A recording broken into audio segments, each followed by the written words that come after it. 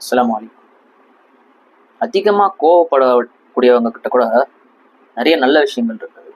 அது என்னன்னு பார்த்தீங்கன்னா, அதிகமாக கோவப்படக்கூடியவங்க எப்பவுமே நல்ல மனசுள்ளவங்களா தான் இருப்பாங்க. அதாவது நல்லதே தான் யோசிப்பாங்க எப்பவுமே. ரெண்டாவது விஷயம் என்னன்னா, அதிகமாக கோவப்படக்கூடியவங்க யார் மேல அதிகமாக அன்பு வச்சிருக்காங்களோ அவங்கள ரொம்ப சேமிச்சு வைக்காங்க. அதாவது சேவ் பண்ணி வைப்பாங்க. அவங்கள கையை விட்டு போக விட மாட்டாங்க. மூணாவது விஷயம் என்னன்னா, அதிகமாக கோவப்படக்கூடியவங்க எப்பவுமே எல்லாரோட்கிட்டையும் நல்லதை பற்றி தான் யோசிப்பாங்க. நன்மைகளுக்காக மட்டும்தான் யோசிப்பாங்க. அதிகமாக கோவப்படக்கூடியவங்க எப்பமாவது பேசுகிற வார்த்தைகள் கொஞ்சம் ரஃப் அண்ட் டஃப்பாக தான் இருக்கும். அதாவது கடுப்பாகிற மாதிரி தான் பேசுவாங்க. ஆனால் எப்போவுமே ஏமாற்ற மாட்டாங்க, யாருக்கும் துரோகம் செய்ய மாட்டாங்க. ஆனால் பார்க்கக்கூடியவங்களுக்கு அவனுடைய கோவத்தினால பார்க்குறவங்களுக்கு அவன் மேலே தப்பாகவே தோணும்.